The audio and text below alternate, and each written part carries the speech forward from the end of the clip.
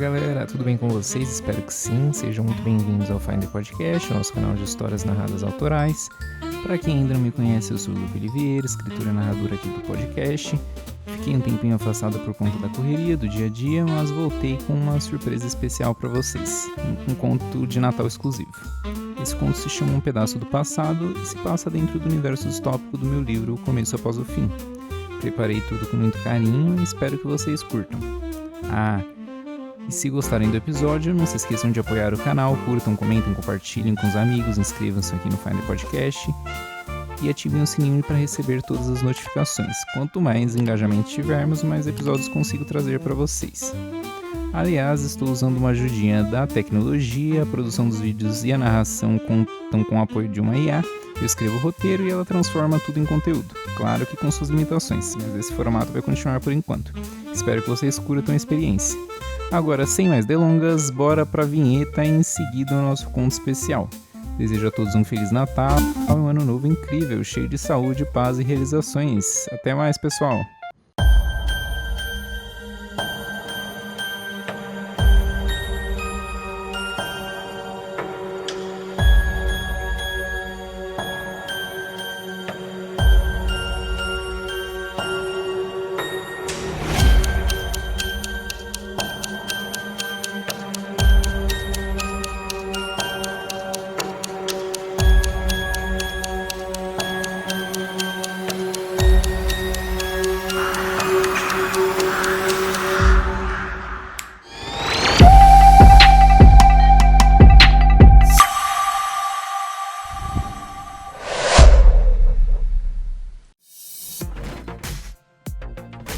O ser humano está acostumado, em sua maioria, a relembrar seus anos dourados. O ano da sua vida, quando eventos significativos aconteceram.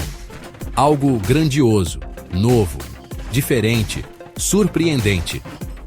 E assim acabam se esquecendo do presente.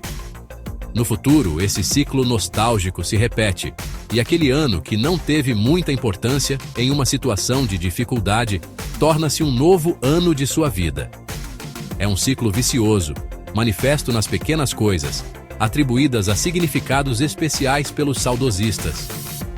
Esse sentimento se intensifica em momentos de grande tormenta, como um apocalipse em andamento, e a perda completa dos padrões rotineiros que moldam uma sociedade contemporânea, como o Natal. Para muitos, ele carrega diversos significados: festividades, celebração, Papai Noel, presentes, viagens, comidas, religião. As luzes, as comidas, principalmente as comidas, o entretenimento, a imersão em um mundo de fantasias que pode ser resumido em união e celebração. O Natal, uma magia contagiante. Algum tempo já se passou desde que os pássaros se transformaram em criaturas mortais e o mundo foi tomado pelo caos. O Natal se aproxima, mas tudo o que Ian, um garoto de 16 anos, queria era poder comer novamente uma fatia do seu panetone favorito, uma marca popular de origem italiana que todos costumavam comer naquela época festiva antes do lockdown. Na nova realidade, tudo o que restou foram regras a serem seguidas e o sobrevivencialismo, sem espaço para nada além do essencial. O toque de recolher era anunciado constantemente na televisão, onde antes Ian relembrava os comerciais de seu panetone. Aquela caixa amarela, as pessoas pegando os pedaços, o Papai Noel sorrindo.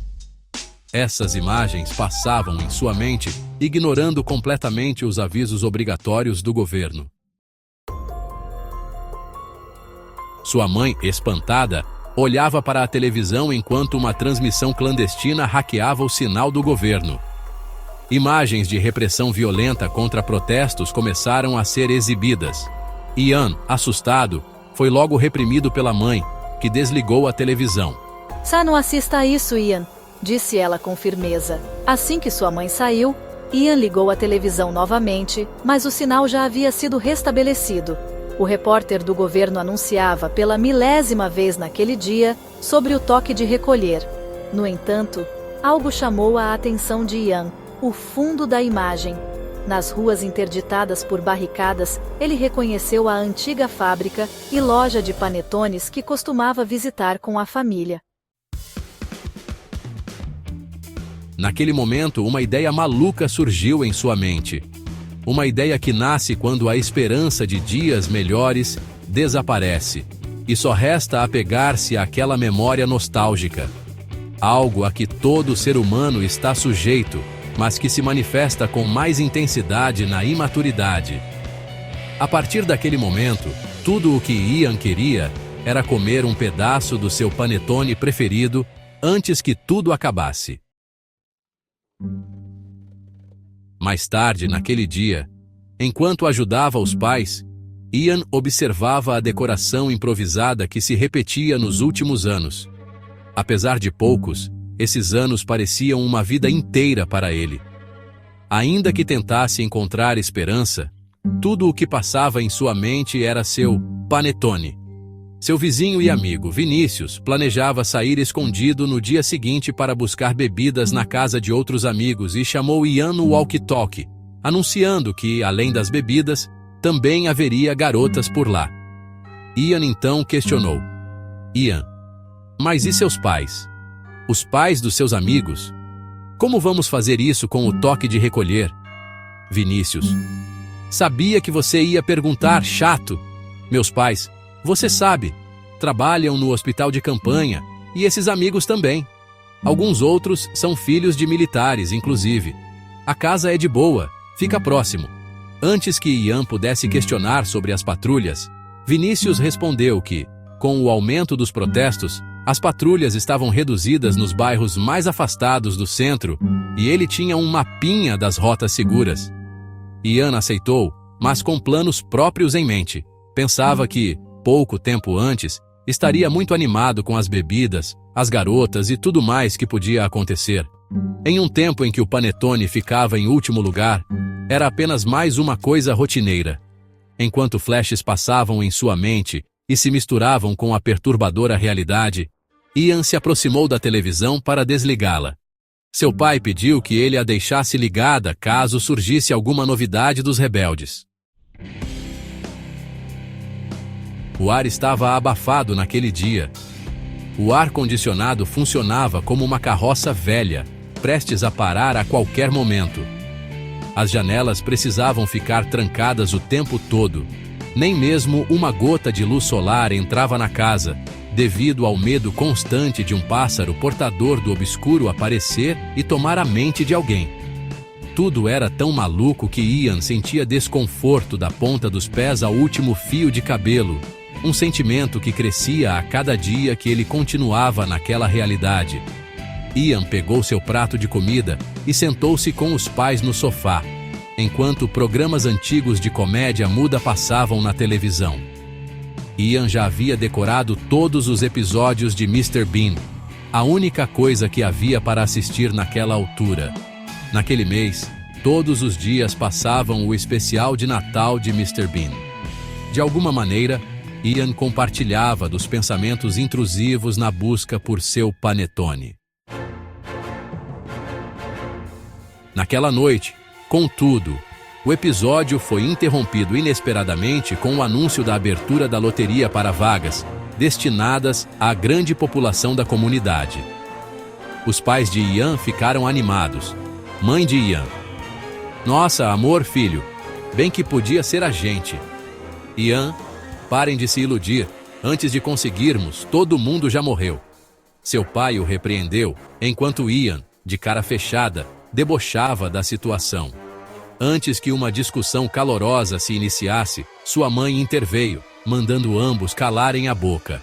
Ian, com uma expressão indignada, continuou a comer, enquanto aquelas pessoas estranhas e robotizadas do governo giravam as bolas e retiravam os números.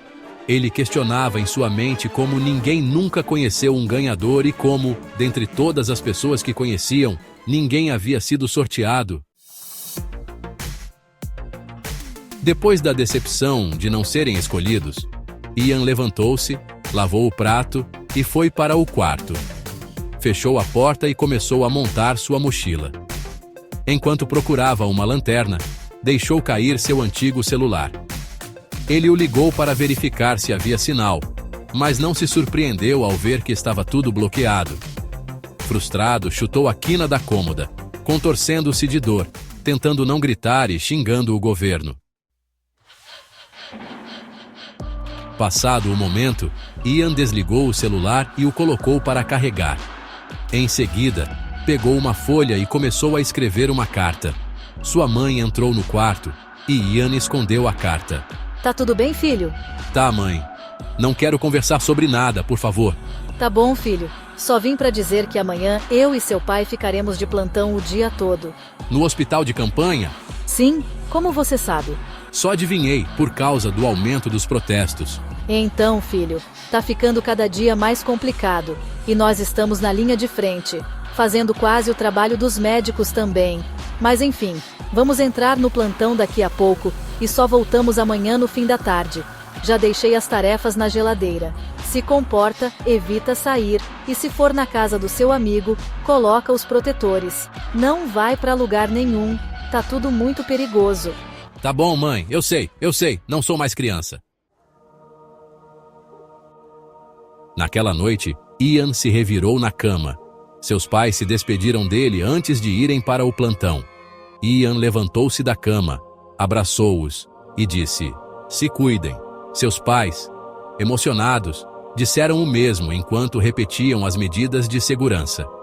Ian, resmungando, confirmou, dizendo que já sabia. Ian voltou para a cama, mas, enquanto pensava se devia ou não fazer aquilo, lutou contra o sono.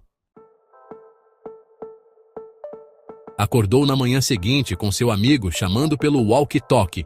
Levanta, bela adormecida. Hoje é o dia. Ian desligou o aparelho, foi verificar sua mochila e sentiu um nervosismo tão grande que correu para o banheiro. Mesmo depois de sair, sua barriga ainda doía e um frio percorria sua espinha, fazendo-o tremer e bater os dentes. A jornada de Ian estava apenas começando.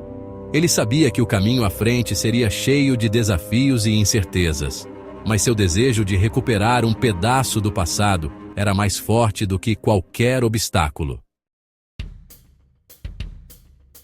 Naquela manhã, o plano era ir até a fábrica e voltar a tempo, antes de seus pais chegarem do plantão.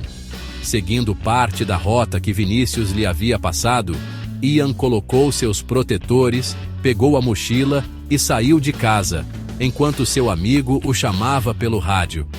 Determinado a recuperar um pedaço do passado, Ian iniciou sua jornada rumo à fábrica, que ficava a cerca de 1 hora ou menos de caminhada da sua casa, desde que conseguisse fazer o percurso sem interrupções. Haviam barricadas espalhadas pelas ruas, colocadas pelo exército com o objetivo de isolar ruas e bairros, mantendo as estradas principais fluidas para a passagem constante de veículos oficiais de todos os órgãos relacionados ao governo. Os cidadãos comuns dependiam exclusivamente do transporte público, limitado a pequenas rotas. Os detectores de infectados estavam por toda parte, e o primeiro desafio de Ian era passar pelo posto de controle que delimitava seu distrito. Para atravessar, era necessário comprovar a necessidade de passagem, o que poderia ser feito com uma prescrição médica de um remédio específico disponível em uma farmácia fora de seu distrito de origem, uma visita a um familiar com um comprovante de endereço ou trabalho para aqueles ligados aos serviços essenciais que mantinham a rotina presencial. Enquanto caminhava, Ian encontrou outras pessoas seguindo seu caminho, algumas vestidas com uniformes de mercados, outras que aparentavam ser enfermeiros, como seus pais. Ele reparava nas árvores vazias, paralisadas, árvores que costumavam abrigar vida. Ah, o bem-te-vi. Ian se lembrava do canto que levava seu nome enquanto flashes do início dos eventos passavam por sua mente na época. Os pássaros só emitiam um som estridente e agudo, enquanto pessoas morriam brutalmente pela violência. Logo, suas distrações foram interrompidas por um burburinho. Pessoas paradas apontavam para uma região afastada parecendo paralisadas. Ian, já prevendo o pior, aproximou-se com cautela para tentar ver o que acontecia enquanto os soldados na barreira pediam que todos se afastassem. Então as pessoas começaram a cair tiros, pareciam ser disparados contra a população. Desesperado, Ian correu em direção a um dos carros abandonados enquanto as pessoas fugiam. Ele sentia a pressão dos passos no chão. Tremendo e apavorado, ele se escondeu atrás do veículo enquanto os disparos continuavam e acertavam o veículo e tudo à sua volta. De repente, uma mulher ensanguentada surgiu ao seu lado, abaixando-se em posição fetal, desesperada. Ian levantou-se vagarosamente, tentando enxergar o que estava acontecendo, e avistou os soldados, que deveriam proteger a população, caminhando em sua direção, enquanto corpos se amontoavam pela rua. Ao longe, Ian avistou um bem-te-vi, e seu medo aumentou ainda mais. Naquele mesmo momento, os soldados caíram de joelhos, com o rosto paralisado e a boca aberta, como se gritassem em agonia. Ian ficou perplexo e confuso. De repente, o silêncio foi rompido pelas vozes de desespero dos soldados e pelo canto agoniante do bem-te-vi. Antes que Ian pudesse verificar seus abafadores, a mulher ao seu lado os arrancou de sua cabeça, implorando por ajuda. Desesperado, ele tentou recuperá-los, temendo ser controlado pelo pássaro. Quando finalmente conseguiu, a mulher desmaiou ao seu lado. Ian recolocou os abafadores com uma expressão de lamento e desespero por ela, enquanto voltava seu olhar para o horror atrás do carro. Os soldados também desfaleceram. Ao olhar para o alto, o bem-te-vi não estava mais lá. Desesperado, Ian levantou-se e arrastou-se por entre os corpos, observando os soldados caídos com os olhos abertos, enquanto uma mistura branca e vermelha saía de seus olhos e ouvidos. Era algo aterrorizante e confuso para ele, pois nunca havia ouvido falar de tais acontecimentos. Será que o pássaro impediu os soldados? Mas por quê? Eles parecem infectados, questionou Ian, movido pela adrenalina enquanto se aproximava da barreira. Ao atravessar o detector, aflito, acreditava estar infectado pelo canto do pássaro, mas, para sua surpresa e alívio, a tela ficou verde. Ian então correu apressado em direção à avenida. Pessoas andavam em sua direção, seguindo seus caminhos, mas os olhares delas em direção a Ian logo o fizeram perceber que havia sangue em sua roupa. Consternado, ele tirou a blusa e a vestiu do lado avesso, seguindo apressado, enquanto olhava para trás e via as pessoas paradas, em choque, observando o que havia acontecido na rua anterior. Ian, tomado pelo medo, correu o mais rápido que pôde até se aproximar de outro posto de controle, o último que o separava da fábrica de panetones. Para sua sorte ou conveniência, havia uma farmácia naquela mesma rua, ainda em funcionamento. Ele tinha uma receita de remédio para asma, furtada da casa de um amigo, das prescrições dos pais dele. Quando tirou o papel do bolso e entrou na fila, Ian tremia de nervosismo, mas respirou fundo e começou a pensar nos bons momentos antes de tudo aquilo acontecer. As ruas decoradas, e a única fila que enfrentava era no shopping para a foto de família com o Papai Noel, que ele odiava. Ao pensar nesses momentos, Ian começou a perceber a importância das relações familiares. Um choque de realidade o despertou dos pensamentos, mas, antes que pudesse desistir e voltar para casa, um dos soldados pegou o papel de sua mão. Ian, distraído, não se lembrava de ter caminhado até ali, assustando-se com o soldado que o puxava para a barreira de inspeção. Em seguida, a luz ficou verde novamente, e o soldado lhe devolveu o papel. Outros soldados se aproximavam apressados, com expressões preocupadas. Ian já imaginava do que se tratava e correu apressado em direção à rua de maneira automática. Ao longe, avistou a farmácia e uma aglomeração de pessoas no entorno, mas seu destino era a fábrica. Ian então passou reto, observando as pessoas. Ao chegar na rua que dava acesso à fábrica, deparou-se com uma barricada, e tudo a partir dali estava desolado, cheio de lixo. Havia barracas das quais Ian não tinha certeza se estavam ocupadas. Ian se esgueirou pela lateral da barricada e encontrou um muro baixo em um terreno baldio cheio de mato. Ian pulou o muro, caminhou um pouco e avistou alguns pássaros. Ao longe, desesperado, pulou novamente para a rua desolada e abandonada, uma região central do bairro que costumava abrigar comércios interessantes, o playground com a pirâmide de cordas para escalada, que Ian tanto gostava, e a pista de skate. Tudo estava tomado pelo abandono, enquanto a natureza retomava seu lugar. O que surpreendeu Ian, pois pouco tempo havia se passado, mas parecia ter sido uma vida atrás. Bem que já andava meio abandonado, pensou ele. Enquanto caminhava, Ian avistou a praça do bairro. Havia barracas lá, meio destruídas, o que o deixou apreensivo, pensando se havia alguém dentro delas. Lembrou-se de que havia esquecido das barracas na rua por onde acabara de passar, enquanto flashes de reportagens mostravam o início dos eventos com moradores de rua na região. Perto dali, havia uma cabine com a inscrição "Conecte-se". Ian ficou animado ao vê-la. Não via uma daquelas desde o início do lockdown. Ele se aproximou para observar, olhando desconfiado para todos os lados, quando de repente, avistou uma pessoa vindo em sua direção na rua. Desesperado, Ian caminhou para o outro lado da rua, mas a pessoa fez o mesmo. Ian voltou para o lado anterior, e a pessoa repetiu o movimento, mantendo-se à sua frente e caminhando em sua direção. Ian: "Ei, mundo! Ei, mundo!" De repente, uma voz robótica disse. Ian falou rapidamente e a porta se abriu. Ele entrou na cabine e a porta se fechou atrás dele. Ian tirou os abafadores do ouvido enquanto batidas podiam ser ouvidas do lado de fora da cabine. Olhando ao redor, Ian ficou surpreso que ainda funcionava. A voz artificial perguntou para onde ele gostaria de se conectar. Ian então perguntou como a cabine ainda estava funcionando, já que tudo estava bloqueado. Minha conexão é via satélite, e enquanto eles permanecerem operacionais, eu também permanecerei. Ian: é possível se conectar com alguém ao redor do mundo? É difícil saber, pois todos os países adotaram protocolos parecidos, limitando a comunicação.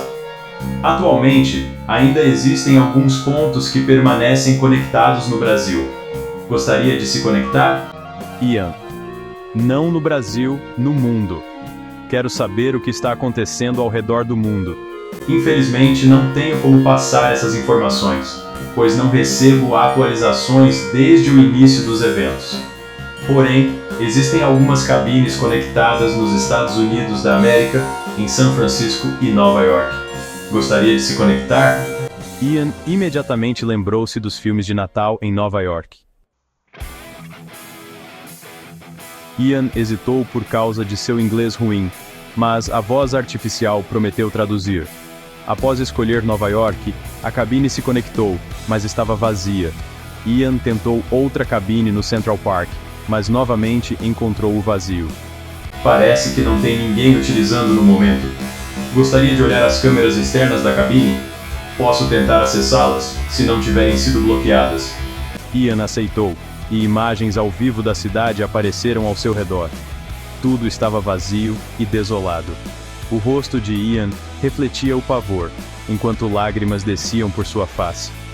"Desconecta, por favor", pediu ele com a voz embargada.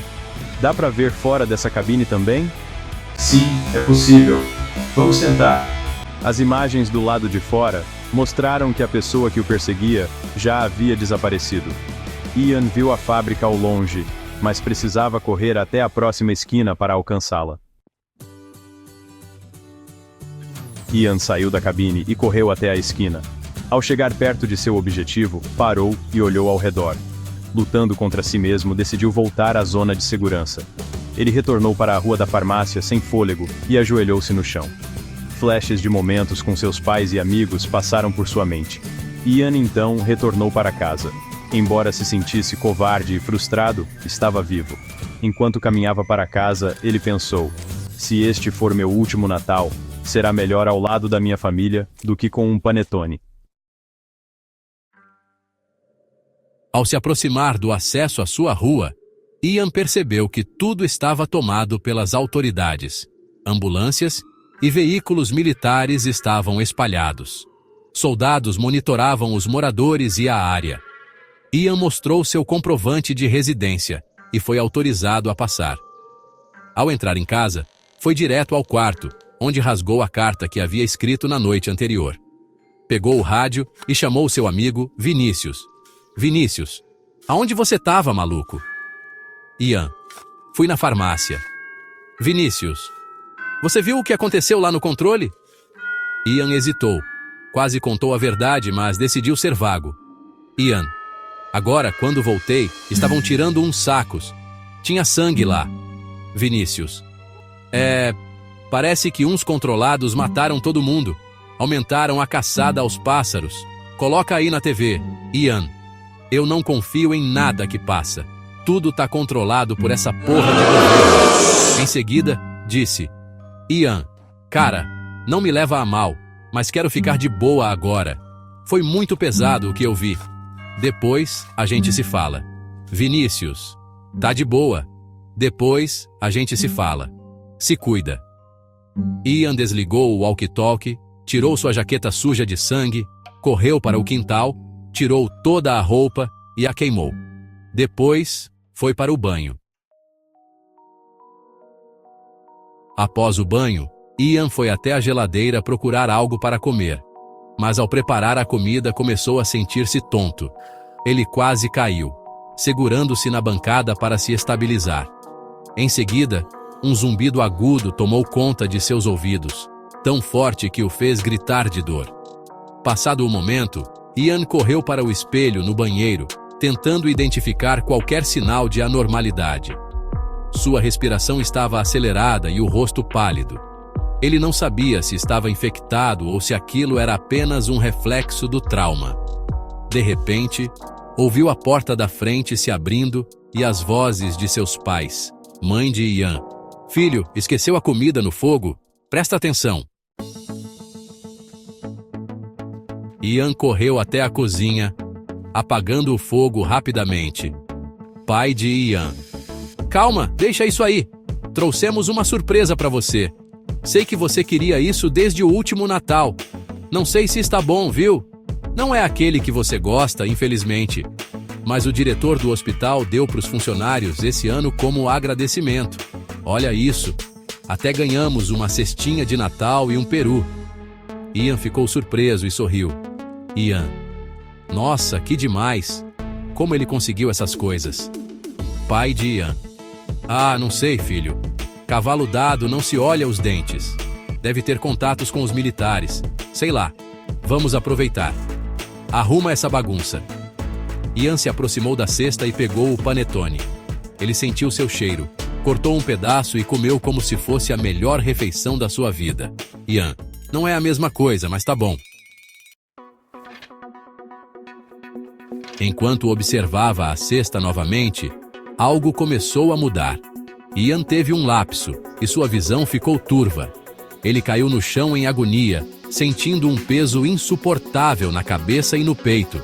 Momentos depois, levantou-se com uma expressão fria e séria, como se algo em seu interior tivesse mudado. Seus olhos vagaram pela cozinha, captando os detalhes de uma forma que nunca antes havia percebido. Ao olhar para sua mão, Ian viu o panetone. Mas, confuso, percebeu que o panetone que segurava era o exato modelo que ele desejava, com a embalagem amarela inconfundível.